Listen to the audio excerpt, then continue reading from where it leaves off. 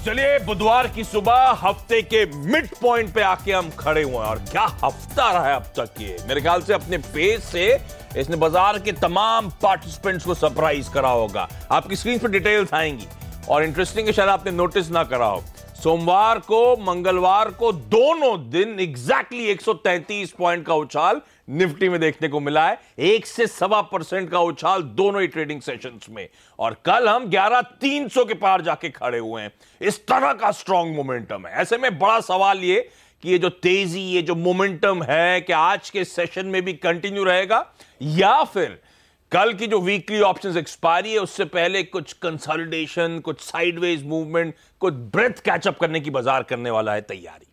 तो ये बड़ा सवाल जिसका जवाब ढूंढेंगे। एसजीएक्स निफ्टी लेकिन क्विकली दिखा दूं, आपकी स्क्रीन पर दिखा रहा है कि एक फ्लैट ओपनिंग के इंडिकेशंस हैं, लेकिन संकेत अमेरिकन मार्केट जब हम कल कामकाज की समाप्ति कर रहे थे 30 पॉइंट डाउ फ्यूचर्स ऊपर थे और दरअसल अमेरिका में ऑलमोस्ट 100 पॉइंट का दबाव देखने को मिला।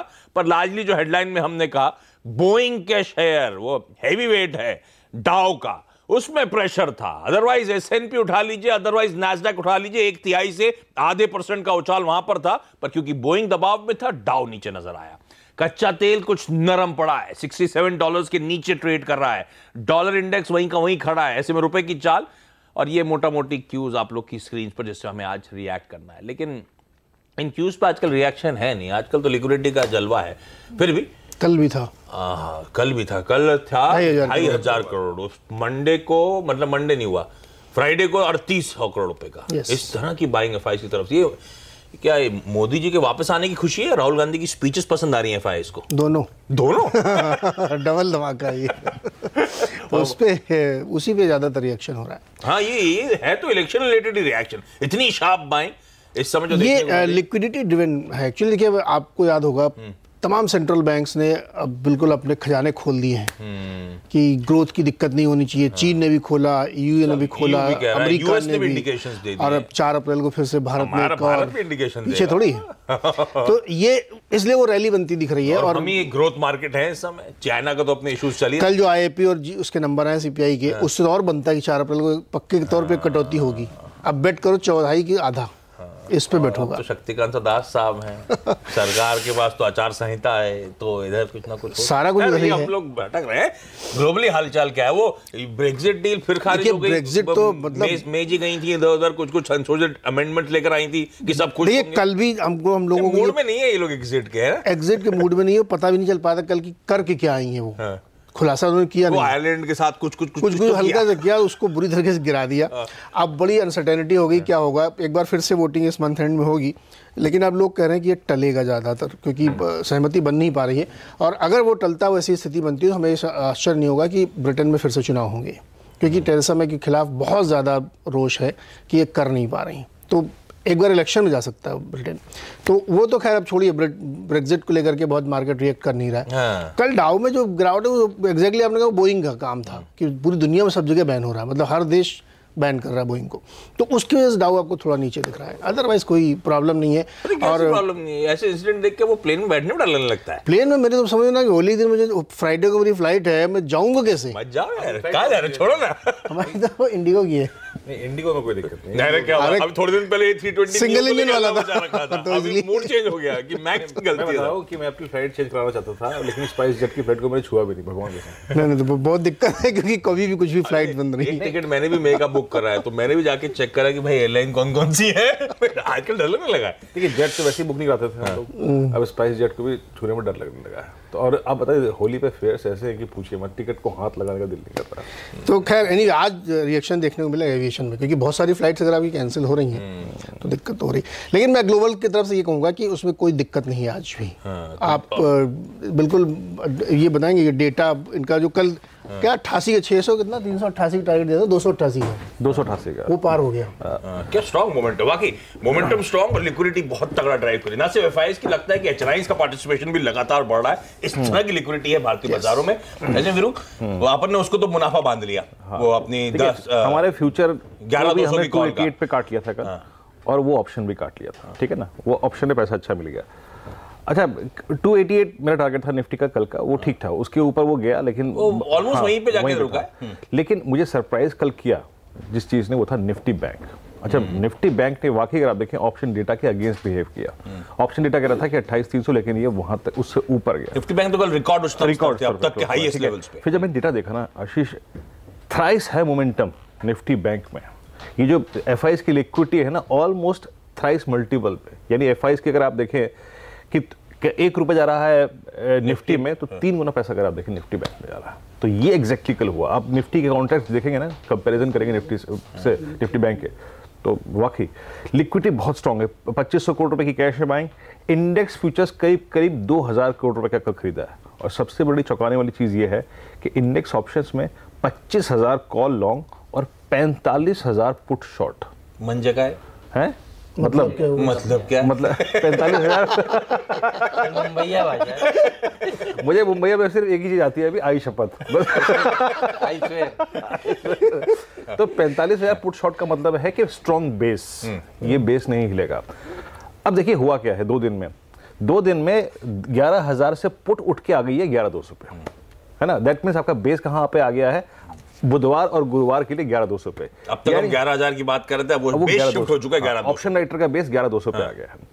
तो अगर कोई गिरावट आती है, कोई गिरावट, हालांकि ऐसी लिक्विडिटी मेरे को लग नहीं रहा कि कोई गिरावट आएगी, तो आपके पास सबसे अच्छा ऑप्शन है कि आप निफ्टी फ्यूचर्स लॉन्ग करिए 11,220 के स्टॉप लॉस के साथ, या फिर 11,180 के स्टॉप लॉस के साथ। स्टॉप लॉस थोड़ा सा वाइड हो जाएगा। लेकिन मैंने कल एक और जरिए, अब तक हम ऑप्शन से ट्रेड कर रहे, तो फ्यूचर का कन्विक्शन क्यों आने लगा? अगर डिप मिले, कहता रहा हूं मैं, अगर डिप मिले इन लेवल्स पे, मेरे पास एक कॉल है, कल मैंने इनफैक्ट एक कॉल ऐड करी थी फ्यूचर एक्सप्रेस में भी और 1 बजे भी, वो थी 11,500 की कॉल। 37 में ली थी, 52 की बिक गई एक बार के लिए, फिर अगर 44 पे क्लोज हुई है। मैं उसको होल्ड रखूंगा, चाहे तो खोलने के बाद एक और जोड़ लीजिएगा उसको। लेकिन याद रखिए इस हफ्ते का, यानी आज का और कल का, क्या होगा? फ्यूचर्स के जरिए खेलूं या 11,500 की कॉल लेकर? आप क्या करोगे? मैं कॉल लेके खेलूंगा, क्योंकि देखिए आशीष बात ये है, 28 मार्च वाली, मैं एक हफ्ते में अच्छा पैसा बना चुका हूँ, ठीक है ना। पैसे को अब मुझे सिक्योर करना है, बांटना नहीं है। और वो ऑप्शन, देखिए कोई भी फाइनेंशियल एसेट होता है उसको आप परसेंटेज टर्म में कैलकुलेट करते हैं ना, उसका रिटर्न। आपने 70 में ली, 186 में बिक गई। आपने 37 में ली और 70 में बिक जाएगी, तो कितना पैसा कमा लिया आपने? अच्छा पैसा कमा लिया। अगर आपने 1,000 भी कॉल ली होगी तो आपको 70,000 पे 1,00,000 रुपये मिले होंगे। अमूमन लोग 1,000 कॉल लेते हैं। तो निफ्टी को ऐसे अप्रोच करना है आपको। लग ये रहा है कि अभी क्योंकि 400 पे राइटर है, 380 388 का पॉसिबिलिटी बहुत स्ट्रांग है। ये है चैनल, यानी 200 बेस और 400 फॉर द टाइमिंग रेजिस्टेंस है। निफ्टी बैंक में देखिए आशीष, देखिए है तो इंसानी डर लगता है थोड़ा सा ना, इतने हायर लेवल्स पे लेने के लिए। मैं कोई विकल्प पोस्ट ओपनिंग देखूंगा कि मेरे को ऑप्शन सस्ता क्या लग रहा है, किस तरीके से ओपनिंग होती है। अभी मेरे पे कोई चारा है नहीं, लेकिन मैं आपको बताऊं, अगर निफ्टी बैंक यहां से आज चला, चलने के बाद इसकी 29,000 की पॉसिबिलिटी भी है। जिस प्रकार का पागलपन, जिस प्रकार का मोमेंटम है, जो लिक्विडिटी है, याद रखिए आज कमाल दिखाएगा एचडीएफसी बैंक। मुझे लगता है कि एफआईज ने इसको संभाल के रखा था। आखिरी सौदा में कॉल खरीदवाया आपने? कुछ कॉल लिया था मैंने इसका, 2160 का मैंने कॉल लिया है इसमें, और उसी वक्त इसीलिए मैंने दाव खिला ये। अगर आज निफ्टी बैंक को कुछ चमत्कार दिखाना है तो आज इसी, वो कल ऑप्शन जो था ना वो इतना वाइब्रेंट था उस वक्त, वो इसलिए मैंने एग्जैक्टली अपना आउटलुक चलवाया था। 2160 की कॉल, और एचडीएफसी बैंक संभाल के रखा है इन्होंने आज के इस मूव के लिए। अरे वाह, तो निफ्टी बैंक आपको ध्यान रखें, फिर से पॉजिटिवली सरप्राइज कर सकता है। ये लोग हम लोगों ने चर्चा भी करी है कि निफ्टी बैंक की कॉन्स्टिट्यूएंट्स किस तरह से मजबूत हो रहे हैं, ये हमने इस हफ्ते शुरुआत में चर्चा भी करी थी। ठीक बात, तो ये आज की स्ट्रैटेजी, आप लोग इस बात का ध्यान रखें, फ्यूचर कोई भी डिप आए तो फ्यूचर्स खरीदने के मौके, अदरवाइज 11,500 की कॉल को राइड कर सकते हैं। वो आसान तरीका होगा इस मोमेंटम, इस तेजी को राइड करने का। लेकिन क्विकली वो स्टॉक स्पेसिफिक एक्शन, आजकल स्क्रीन देख के तो मजा आता होगा आपको, क्या तगड़ा स्टॉक एक्शन हो रहा है। ऐसे में खबर वाले स्टॉक्स जान लेते हैं। हेमंत हाई, गुड मॉर्निंग, बताएं। गुड मॉर्निंग आशीष। फोकस में रहेंगी एयरलाइन कंपनियां। जेट की दिक्कतें देखिए बढ़ती जा रही हैं। अभी इन्होंने 4 एयरक्राफ्ट को और ग्राउंड कर दिया है। नॉन पेमेंट की वजह से ये एयरक्राफ्ट ग्राउंडेड हो रहे हैं। और अब देखिए एतिहाद की तरफ से भी कोई खबर नहीं आ रही कि वो पूंजी डालने के लिए तैयार है। कल बोर्ड मीटिंग होने वाली थी, बिल्कुल, तो कोई न्यूज नहीं आई है निकलकर। इसका मतलब है मतलब कोई न्यूज नहीं है, तो इसका मतलब है कि वो अभी उन्होंने मन नहीं बनाया है, या फिर वो अभी सहमत नहीं है। जब तक ये हटेंगे नहीं बोर्ड से, तब तक मुझे नहीं लगता कुछ होने वाला है। लेट्स सी क्या होता है। लेकिन इस स्टॉक में एयरक्राफ्ट जो ग्राउंड हो रहे हैं, क्या हमें पता है कि इसमें मैक्स कितने ग्राउंड हो गए, या मैक्स सारे उड़ ही रहे थे? तो मतलब वो एडिशनल 5 ग्राउंड हो जाएंगे फिर? ये जानकारी मेरे पास अभी इस समय यहाँ पर नहीं है। मेरे ख्याल पब्लिक की भी नहीं होगी। बिल्कुल, लेकिन आप देखिए जो आप बता रहे हैं, बोइंग 737 मैक्स ये यूथोपिया की जो एयरलाइन क्रैश हुई जिसमें 157 लोगों की मृत्यु हो गई, जिसमें 4 इंडियंस भी थे। उसके बाद कल भारत में भी देखिए DGCA ने देर शाम कह दिया है कि यहाँ पर भी अब इन एयरलाइंस को उड़ने नहीं देगा। ध्यान रखिए स्पाइस जेट और जेट एयरवेज के पास भी हैं ये विमान, तो स्पाइस जेट के ऊपर भी आपकी नज़र साफ तौर पर होनी चाहिए। और ऐसा नहीं है कि सिर्फ भारत ने किया है, साउथ कोरिया, सिंगापुर, चाइना, इन्होंने भी दरअसल अब एहतियात के तौर पर दरअसल बोइंग 737 मैक्स के ऊपर रोक लगा दी है उड़ान के ऊपर। लेकिन एयरलाइन कंपनियों के लिए थोड़ी दिक्कत और थोड़ी कंट्रोवर्सी वाले मैटर कल हमने देखा था। बोइंग के स्टॉक में भी तेज गिरावट देखी गई थी अमेरिका के बाजारों में, क्योंकि एक एक करके अगर देश सब रोक लगाएंगे तो फिर दिक्कत की बात होगी। कोटक महिंद्रा बैंक को कोई रिलीफ नहीं मिली है। कल RBI के साथ जो इनका विवाद चल रहा है उसमें बॉम्बे हाई कोर्ट में चर्चा हुई। केस जो है वो एडजर्न हो गया है 1 अप्रैल तक का। हालांकि कंपनी कोटक महिंद्रा बैंक के जो लॉयर्स हैं वो ये साफ तौर पर कह रहे हैं कि थोड़ा और समय दिया जाए, 2020 तक का एक्सटेंशन का समय दिया जाए, इतनी जल्दी इतना बड़ा स्टेक डाइल्यूट नहीं हो सकता है। तो लेट्स सी किस ओर ये जाती है बात, लेकिन कल कोई राहत निकल कर नहीं आई है। HDFC लाइफ पर फोकस करिएगा, और हम आपसे कह रहे थे कि इसको खरीदने के लिए लाइन लगेगी, और आप देखिए वही हुआ है। 2.5 गुना सब्सक्राइब हुआ। OFS नॉन रिटेल पोर्शन कल सब्सक्राइब हुआ है, आज रिटेल इन्वेस्टर्स पार्टिसिपेट कर सकते हैं। और देखिए वही बात है कि यहाँ पर फ्री फ्लोट को बनाने के लिए दरअसल जो सेबी के नियम है 75% वाले, उसके लिए दरअसल ये स्टैंडर्ड लाइफ यहाँ पर हिस्सेदारी बेच रहा है, तो कोई दिक्कत की बात नहीं है। आज OFS का सेकंड डे, तो फिर आज यहाँ पर हो सकता है कि रिकवरी देखने को मिले। टायर सेक्टर के ऊपर रखिएगा नजर, और ये सेक्टर दरअसल सेक्टर ऑफ द डे हो सकता है। और देखिए अब तक का चला नहीं है ये sector, Apollo tyre, JK tyre और तमाम टायर कंपनियाँ। और देखिए अच्छी खबर ये निकल कर आई है कि रबड़ की कीमतें जो हैं वो 3 हफ्ते के लोज पर पहुँच गई हैं, तो इस सेक्टर के ऊपर मेरी साफ तौर पर नजर होगी। ये भागेगा और रिप्लेसमेंट मार्केट भी स्ट्रांग है। अच्छा, ये दरअसल इलेक्शन का प्ले भी है। इलेक्शन में भी आप देखिए गाड़ियां तो बिकती हैं, रिप्लेसमेंट मार्केट सबसे बड़ा मार्केट है, और उसमें भी आप देखिए टायर बदलते हैं। अच्छा, गर्मियों का प्ले भी है, गर्मियों में ज्यादा टायर पंचर होते हैं, गर्मियों में ज्यादा लोग रिप्लेसमेंट मार्केट ज्यादा एक्सप्रेस हाईवे में गर्मियों में ज्यादा टायर बर्स्ट होते हैं। जी हाँ, दिक्कत होती है नहीं, वहाँ वो फ्रिक्शन आता है, बहुत तेज गाड़ी चलाते रहो लंबे अरसे तो गर्म हो जाता है टायर। स्पेशलिस्ट है यमुना एक्सप्रेसवे, बहुत फटते हैं। तो लोग क्या है, सर्दियां खत्म चला लेते हैं एक बार, फिर कहते हैं सर गर्मियां आने वाली हैं, चलो यार टायर बदल लेते हैं। तो ये भी एक फैक्टर है। और वो जो हमारी थियरी है ग्रोथ एट रीजनेबल प्राइस, ये मैं इसलिए सब माहौल बना रहा हूँ क्योंकि 2020 में हमने बहुत सारे टायर स्टॉक्स, डेरिवेटिव्स का बहुत स्ट्रॉन्ग काउंटर है, भागेंगे सारे टायर स्टॉक्स। इसके ऊपर रखिएगा नजर साफ तौर पर, और बजाज कंज्यूमर के ऊपर भी रखिएगा नजर। ICICI प्रू म्यूचुअल फंड ने करीब 9 लाख शेयर खरीदे हैं। जो आप कह रहे थे ना घरेलू म्यूचुअल फंड भी शेयर खरीद रहे हैं, तो देखिए उनकी तरफ से भी बाइंग हो रही है सिलेक्टिवली उन कंपनियों में जहां पर उनका पहले से निवेश है, और उनको लग रहा है कि देखिए अब यहाँ पर शेयर नीचे और खरीद ले जाएं, तो उन्होंने ये बस छूट जाएगी। तो थोड़ी छूट गई है, दौड़े पकड़ना पड़ेगा। सोमवार से देखिए कह रहे थे कि FII के डेटा के ऊपर फोकस करिएगा आप आशीष, देखिए और भाग रहे हैं बाजार। ठीक बात। तो ये तमाम वो स्टॉक इंटरेस्टिंग पिक्स हैं आज के लिए जो खबरों में है।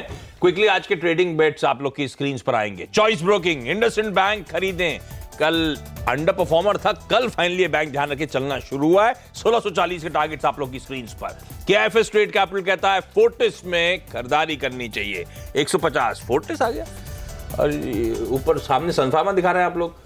जो भी है, फोर्टिस भी एक कॉल होगा और एक सनफार्मा भी स्क्रीन पर आपके। समर्थ कैपिटल, ये इकलौता वो सेल कॉल आता हुआ इन्फोसिस, बिकवाली करने के मौके 690। अब ये फोर्टिस आ गया है, थोड़ा सा कंफ्यूजन हो गया था हमारे प्रोड्यूसर साहब को। इन्फोसिस की बिकवाली की कॉल भी आप लोग की स्क्रीन पर। अच्छा, मैं सोच रहा था ये ब्रेक्जिट मतलब ब्रिटेन का एग्जिट, थेरेसा में का एग्जिट मतलब थ्रेक्जिट करके होगा। थ्रेक्जिट भी हो सकता है। और चलिए कमोडिटी करेंसी मार्केट की स्ट्रैटेजीज आप लोग की स्क्रीन पर आएंगी। इंडिया निवेश कमोडिटीज ने भेजी हैं। सोने में खरीदारी करने के मौके ढूंढने 32,220 के टारगेट्स, 32,220। कच्चे तेल में खरीदारी करने के मौके ढूंढे 4020 के लक्ष्य के लिए। और USD INR पेयर जो है वो खरीदारी करके चलें, यानी कि रुपया आज ट्रेड में कुछ कमजोर हो सकता है। 70.1 के टारगेट्स, और जो ट्रिगर इनिशिएट होगा वो 69.7 के लेवल्स पर आप बाय कर सकते हैं इस पेयर। जाते आते क्विकली, आज एक IPO खुलना है, MSTC का IPO, जो शुक्रवार को बंद होगा। 121 से 128 का प्राइस बैंड, कुल मिलाकर 225 करोड़ रुपए जुटाने की योजना। एक सरकारी कंपनी है ये, जो फेरस स्क्रैप में और ई-कॉमर्स सेवाएं मुहैया कराने का काम करती है। खैर, मैनेजमेंट से रूबरू होंगे आज न्यूयॉर्क कंपनी में। इसके CMD BB सिंह साहब जुड़ेंगे, तब डिटेल में होगी चर्चा। आज के मॉर्निंग कॉल में इतना ही। SGX निफ्टी दिखा रहा है एक फ्लैट ओपनिंग, लेकिन अंडर करंट जो बातचीत हुई अभी भी बहुत स्ट्रांग है, इस बात का ध्यान रखें इक्विटी मार्केट्स में। ब्रेक के उस पार स्टॉक 2020।